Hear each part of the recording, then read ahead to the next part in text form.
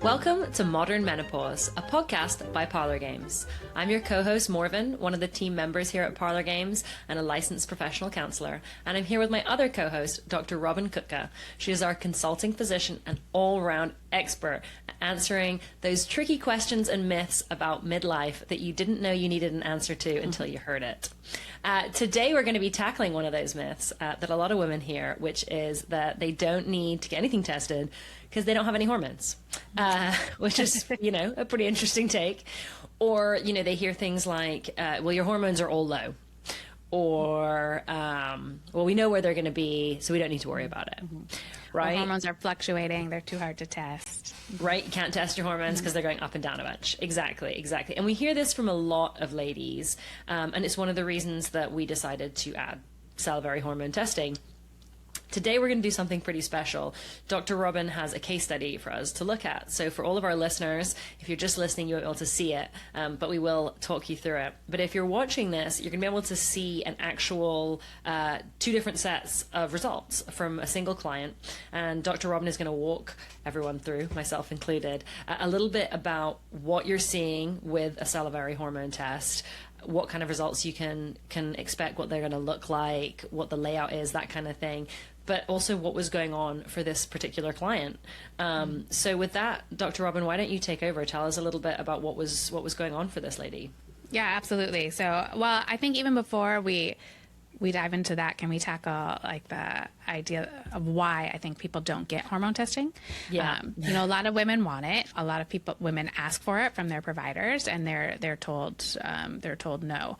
And I get it. I get where providers are coming from. So there's this idea that if a woman is hormonally symptomatic, say she's perimenopausal, menopausal, something like that, the idea is that her estrogen is low. Oh, well, it must be your estrogen. Here, take this estrogen. Wait, do you have a uterus? You do? Okay, here, take something to protect your uterus.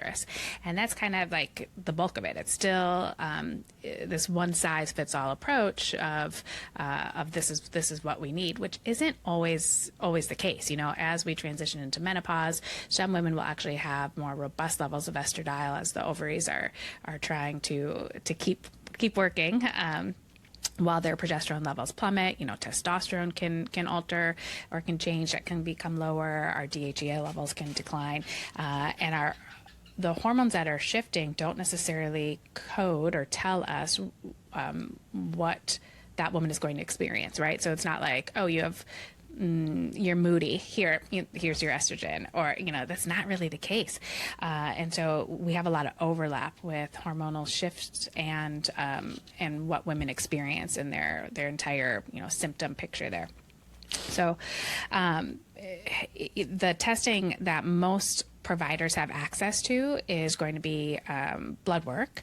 And yes, we can absolutely test hormones in blood. But when we're testing hormones in blood, it is only showing us that snapshot in time. So there's some truth to the fact that our hormone levels are shifting. They shift a lot throughout the day, up and down, up and down. So if we're doing a blood draw for someone's hormones, we can get just like a peak or a trough, whatever's happening at that moment. And when we're looking at that, really, blood work is designed to catch something that's wrong.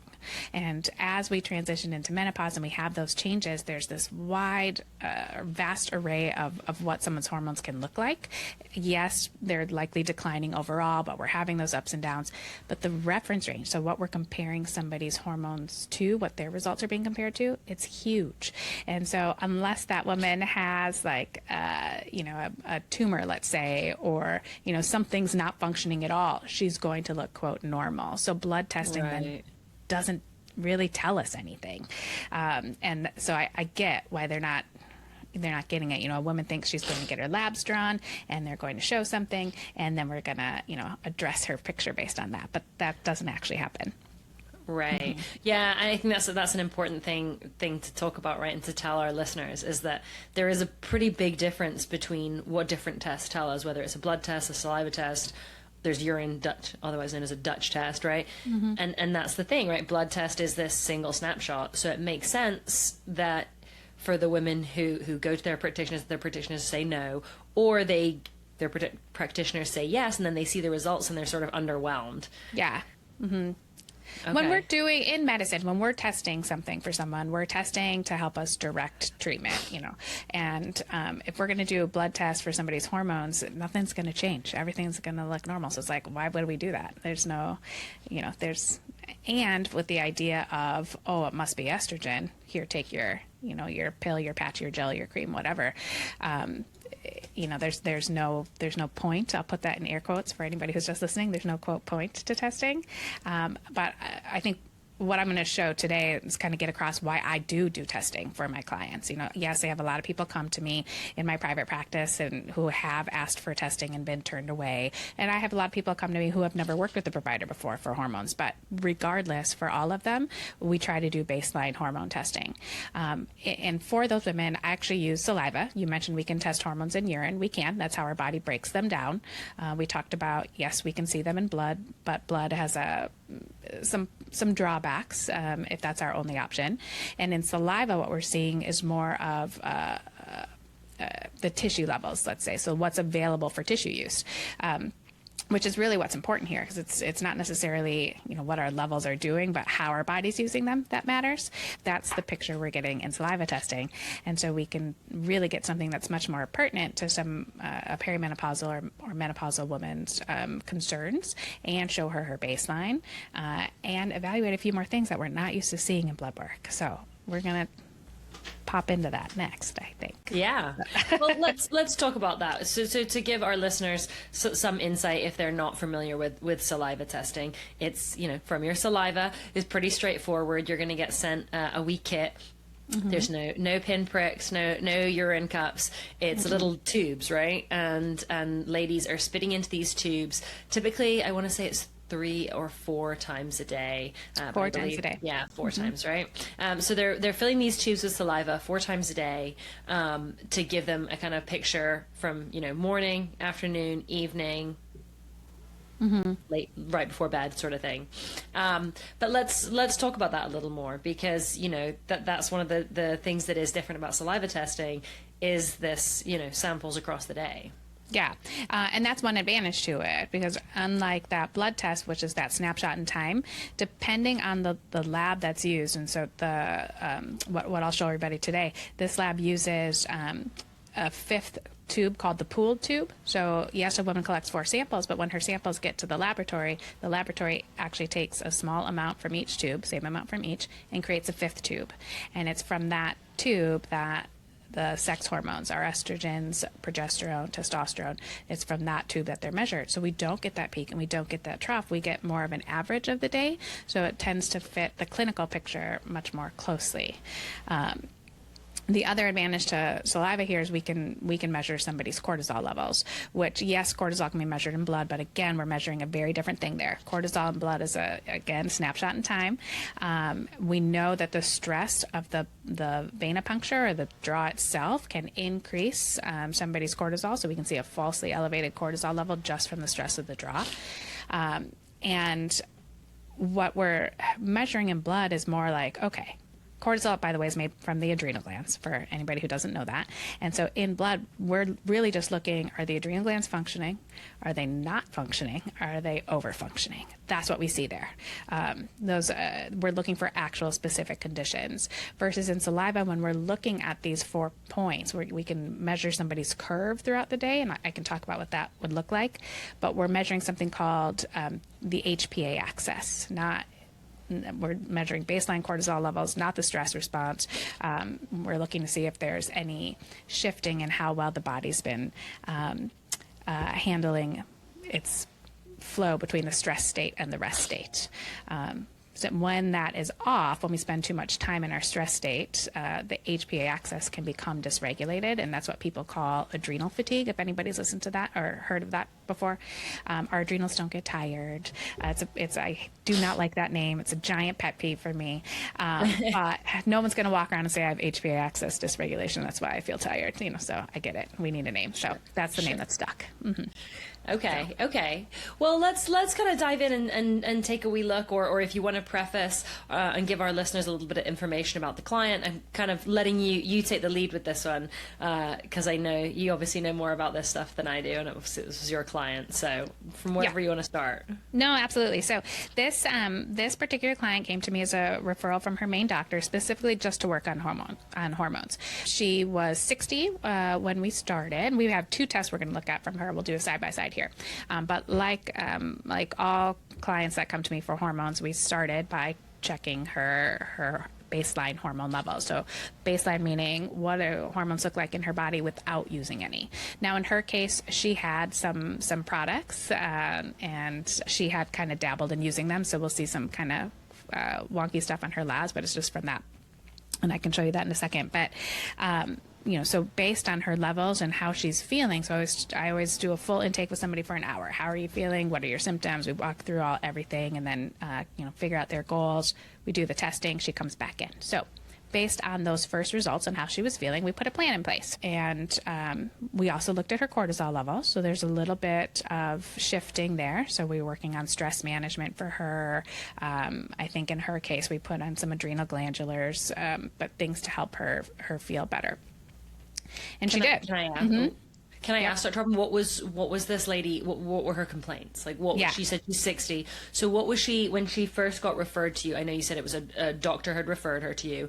Was it because the doctor was seeing something? Was it because she was complaining about, obviously without getting into too much detail, but sort of roughly what were her complaints? Yeah. Well, we actually have those here. We can even look at that. Oh, nice. Okay. It's kind of neat because we, with this saliva testing, the clients then patients get to mark what they're feeling and how severe. So in her case, what sticks out for me as the biggest thing was stress, mood, mental clarity, like the brain fog piece. And as we look at what she's posting here, she's foggy thinking, depression, mood swings. Her most severe symptoms are like stress, anxiousness, irritability. She's got some fatigue, just, feeling off, all the things, some sleep difficulties, some worry, that type of stuff. But when we put her plan in place based on these concerns and what we're finding, I don't know if anybody caught that, but we did not put estradiol on board for her. Her estradiol level looked pretty good, and she was not having.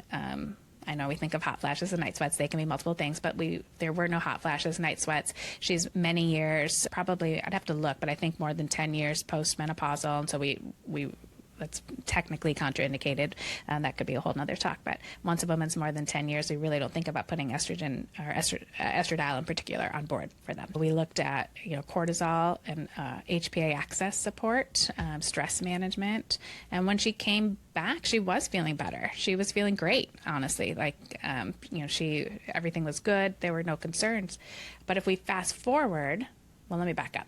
In those cases, when somebody's feeling good, we've got it dialed in, everything's great, I typically see them once a year. I recommend that women then do their saliva tests yearly.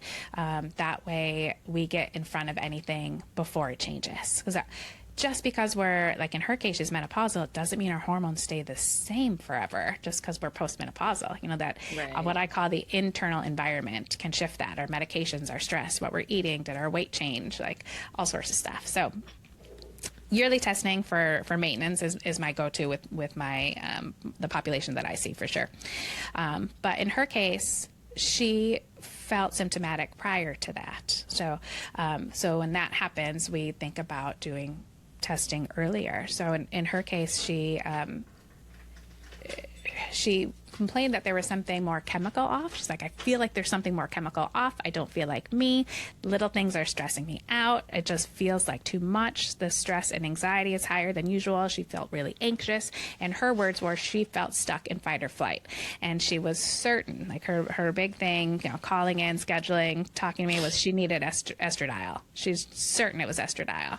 And, estradiol does help us with how we perceive stress. As our estradiol levels decline in the brain, we can actually perceive stress as bigger than it is. So I get it. There's some truth to that, but those concerns do not scream estrogen to me.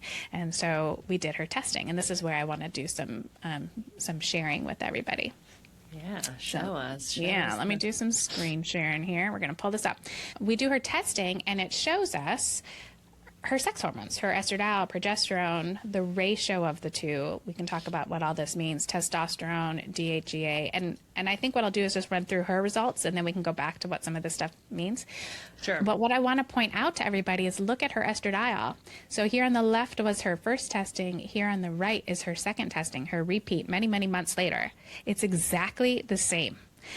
It didn't shift at all. That's pretty rare, and it's not like the lab looks at this and says, oh, her last estradiol was 1.8. Let's make this one 1.82. That's not how it works.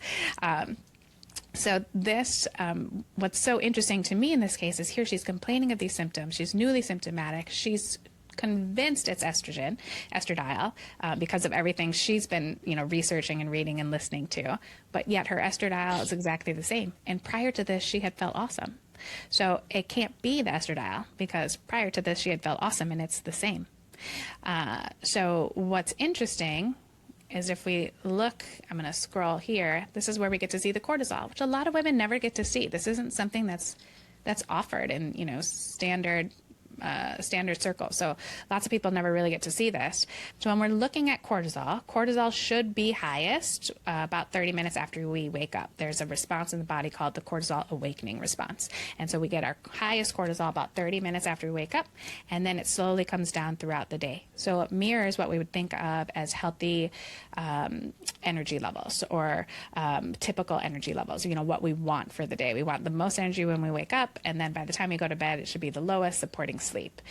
So that's what we would think about for cortisol. This is like our gas tank. So again, here we are not testing the stress response. We are testing someone's baseline.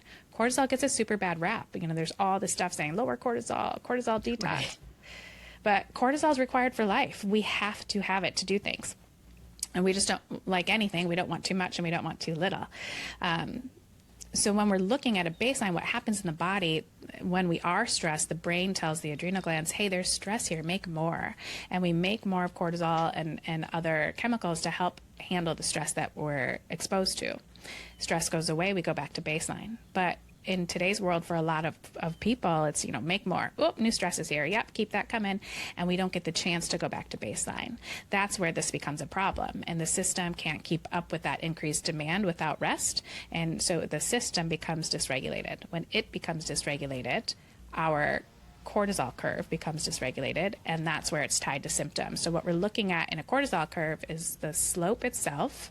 So this black line here is her curve last year, and then this year on the right. So we're looking at the slope, and we're looking at the space below it. People seem to be more symptomatic when there's less space and a lower slope. So what we'd like to see is here in the green. So in her case, her cortisol curve is better this second year, but it's still an issue. It's not what I would consider perfect. Not horrible, but not what I would consider perfect. So if I would love to see 18 to 20 in the morning, and she was 12. So there's some room to support that. Her noon 7, which I tend to think of as close to optimal. Same with her evening, 3 to 4 is what I would think of as optimal. And she was 2.5, so which is a little bit less than the year before. And same as her night cortisol is a little bit less than the year before. Something around 1 is what I would think of as optimal. So she's got room to support this. And everything that she's complaining about, feeling stuck or fight or flight, feeling more anxious, stress feeling bigger than it is, just feeling like things are too much and she can't focus on it, can be this. And I think so many people never even get to see this. Right. And we make this assumption that it's something else, and then we're being miserable and pushing through, when in reality, addressing this and working on some things could be really helpful. So. Yeah. I mean, it's such an interesting thing, I think, to see, right? Because I think for women, being able to see specifically the graph, I think the graph is a really, really helpful piece that helps women understand, like, cortisol is supposed to be higher at times. There are times where we do want that. I think, like you say, there's this long-standing myth of less cortisol as opposed to less stress, which is the more accurate term. Or better stress management, right? Like we should be able to handle some stress. So I think it's really interesting to see this. Now, tell me, after seeing this, what did you guys kind of do? Because obviously it looks like there's a shift here there's 2 in the yellow. For people looking, the yellow diamond typically means below range. The green means within range, right? And if we can't see it here, well, there's the red arrow. The red arrow indicates high, right? So it's shifted a little bit, not necessarily for better or worse, right? So what's the plan here at this point for this client? Oh, that's a great question. So here, in a situation like this, I like to really dig in and see, okay, what are the things that are causing stress? And, I think when I asked that question, if anybody was just reflecting on their own, we think about angry bosses or kids that are, I don't know, doing things they shouldn't be doing. But, those types of stressors. But really, when I'm working with somebody, there's an activity that I'll do with them, and we can talk about this for the current listeners. I call it your stress less activity. But the first thing we have to do is understand, how does our body feel during stress? And so, a lot of us get some type of physical symptom. So identifying what that physical symptom is, if we don't know, and then observing what causes that. Without judgment. So a lot of times we'll look at something and say, oh, that's stressing me out. Oh, but that shouldn't stress me out. Tons of people have it worse off than me. That's not that big a deal. It shouldn't stress me out. That's not the goal here. The goal is just to see what is stressing us out. If those curtains that are pink and you really want them blue, like, okay, sure. It is what it is. It's stressing. But anything that evokes that physical sensation, and then we write it down as a list. We go back through the list. I have clients do this on their own, then we talk about it the next time. But, of those things that you found, which ones are in your control? A lot of stressors we have aren't in our control, but some of them are. And if we can take control of the stressors that we do have control of, then we can make room for the ones we don't have control of. And that could be like making sure we're drinking enough water in the day. Walking around dehydrated all the time is a stressor for our bodies. Consistently eating food, eating protein, and stuff like that. And then of the ones that aren't in our control, how can we creatively address them? The kids or the partner are throwing their dirty socks in the hallway, and it's driving you crazy to walk by the dirty socks, and you've asked 100 times, but they're still throwing them there. So can you put a basket there, and they can throw their dirty socks in the basket? It's a fun game for them, and now you see a pretty basket instead of dirty socks. It's a silly example, but that's what I mean by creatively addressing them. Sure. How do we make life easier? And so making space for our stressors. So we'll talk a lot about that. And this client in particular, I don't recall. Sometimes we find things in our meeting to talk about and shift and work on boundaries or whatever, but or all those lifestyle things. So we think about water, our food, our eating practices. Are we eating enough? Are we eating good macronutrients like proteins, complex carbohydrates, and fats? Sleep, are we getting enough sleep? And is that before midnight? Ideally before 11. Deep breathing, laughing, getting outside, basics, minimizing alcohol, those types of stressors we can always work on too. And we can use supplements here to help people feel better. They certainly exist. There's all sorts of adrenal supplements, whether we're thinking about stronger things like adrenal glandulars or adaptogenic herbs are big. We think about the mushroom coffees and all that stuff. Those are all adaptogens. Adaptogens are what help us adapt to stress. So whether cortisol is high or low, those can be useful for people. The one thing I think that's out there that a lot of people end up using, but really is for elevated cortisol, is phosphatidylserine. That's in a lot of products, and that's more pertinent and studied for helping people decrease cortisol during chronic stress. So things like that wouldn't necessarily be appropriate in her picture that we're seeing. Can we scroll back down and look at her hormones? Because I think that, I'm curious to talk a little bit about for other ladies who might be interested in getting this type of testing, right, is sort of understanding this a little bit better. Because you've got estradiol, progesterone to estradiol ratio, testosterone, DHEA there. And again, we're seeing that same kind of information where you have, little diamonds that are either yellow or green and then red arrows. But you also have reference intervals. And then you have the hormone comments. So talk us through that a wee bit, because I think that's the other thing is that, these are pretty readable results for people. They're not sort of confusing. I think that they're pretty clear. They do a good job of making it pretty clear.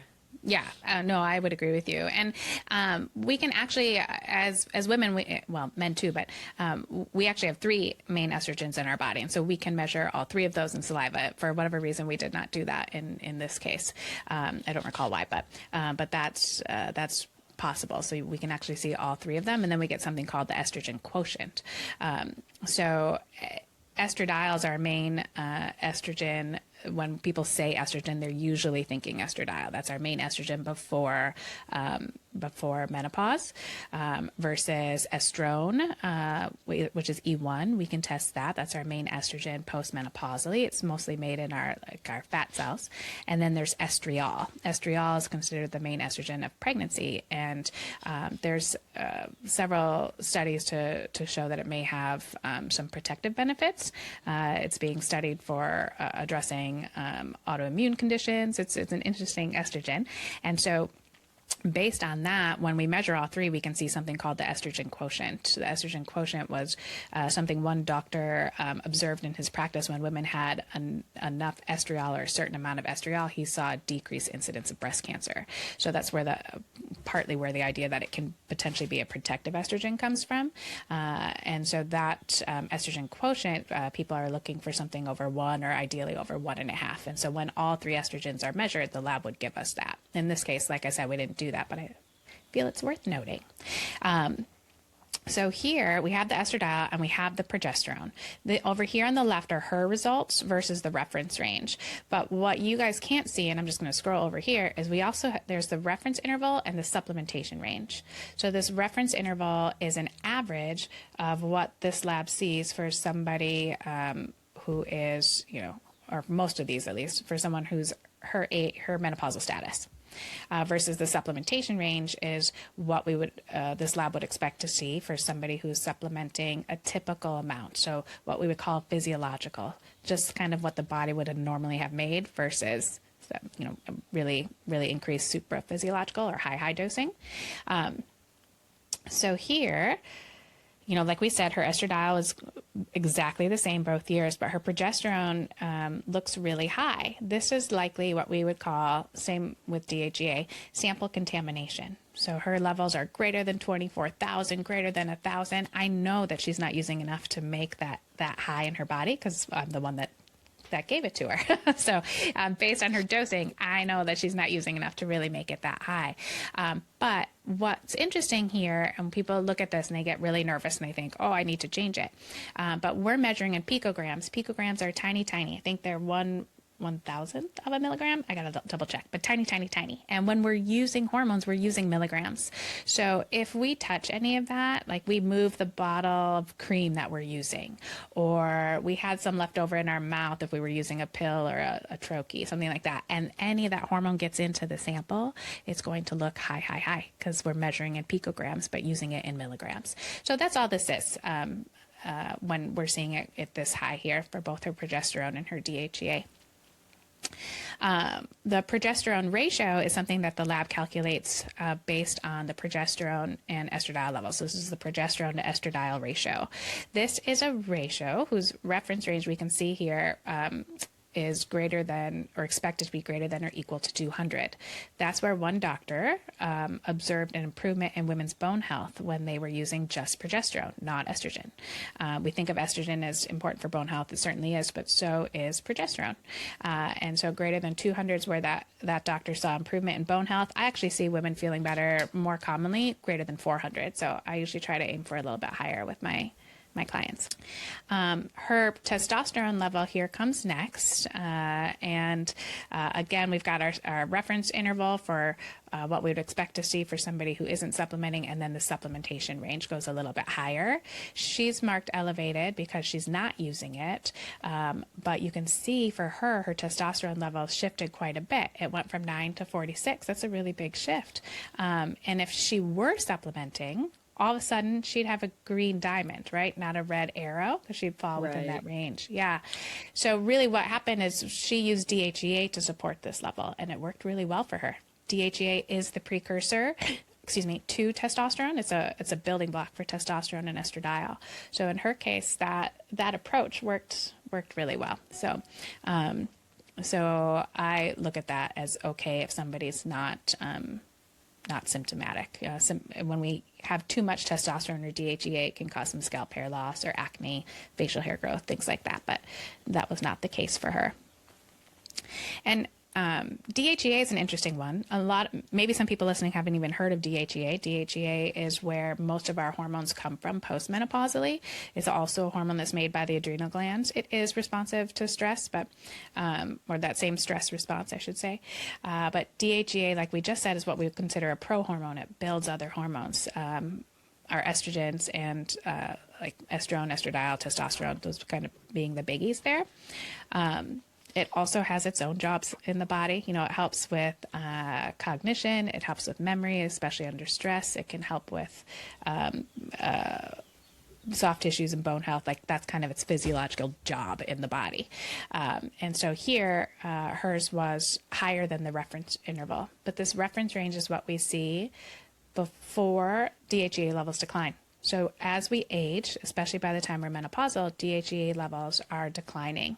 And this reference range is what is expected to see before it declines. So as a function of aging, it decreases. Hers is higher because she's using it. We do not, unlike the other ones where we have the supplementation range, the lab doesn't have a range for supplementation here. So that's why she's marked elevated on that one. Interesting. Yeah, I think it's super cool for our listeners. You know, we started off this episode talking about that myth, right? The myth of they're all low, right? Mm-hmm. Which we're now seeing like, oh, well, that really isn't the case, right? But I think one of the other things that you brought attention to is this difference between there are reference ranges for if you're supplementing. Mm-hmm. That is also a valuable reason that women might get tested. You might get tested because you're curious, like, hey, where am I at? What's right. Low? You know, cortisol, what's going on with cortisol? But you also might get tested if you're like, hey, I'm taking something and I'm not seeing the results I want, or something else has shifted, or maybe I want to see where I'm at, which is one of the cool things. So for people listening, you know, when mm-hmm. you fill out the form, Dr. Robyn mentioned, you fill out all the kind of things that you're experiencing, whether that's hot flashes, night sweats, you know, brain fog, this kind of thing. But you can also put in what hormones you're using. Yeah. So that's the really cool thing about sort of saliva hormone testing is it's not done in the dark, is that you can put in, hey, I'm using this or I'm using this thing, and you'll still get results, when those results will be taking into account, like, hey, we have these reference ranges for if you're supplementing, which mm-hmm. I think is such an amazing thing for women, because I think often women at this phase of life feel very much in the dark, right? Right. And feel a little bit stuck on, well, what do I do next? Mm-hmm. If I've been told, okay, I feel crappy, and I've got all these things that are terrible. I go to my doctor, go to my practitioner, I'm told, no, you're fine. Where do you go from there? You know? Right. Yeah. It's a tough spot for women. And as what you were saying there, which I liked, like with the testing, yes, we can use it to see someone's levels on hormones. We can use it to see somebody's levels on baseline. But it can really help people, in my experience, feel better quicker. It's like the roadmap for what do we do. In her case, if we had just said, oh yeah, it must be estrogen, here, take this, she wouldn't have felt better. And it would have actually delayed her getting better and not having done this. So right. Mm-hmm. Or more likely felt worse. Something probably. New would have been added. Mm-hmm. Okay, awesome. Well, that was super informative, Dr. Robyn. For anyone listening, if you like this episode, be sure to like, to follow, to subscribe to our podcast. If there's other people that you think might benefit from this, be sure to share it with them. We know that talking about menopause isn't always, at the forefront of the conversation, and we're hoping to change that a wee bit. So if you can think of anyone who might be struggling with this stuff, be sure to share with them. But otherwise, make sure you, like I said, you like, subscribe, all that kind of good stuff, so you don't miss any future episodes. But with that, I will say, we'll be back next time with some brand new, awesome information for our ladies. Yep, sounds great.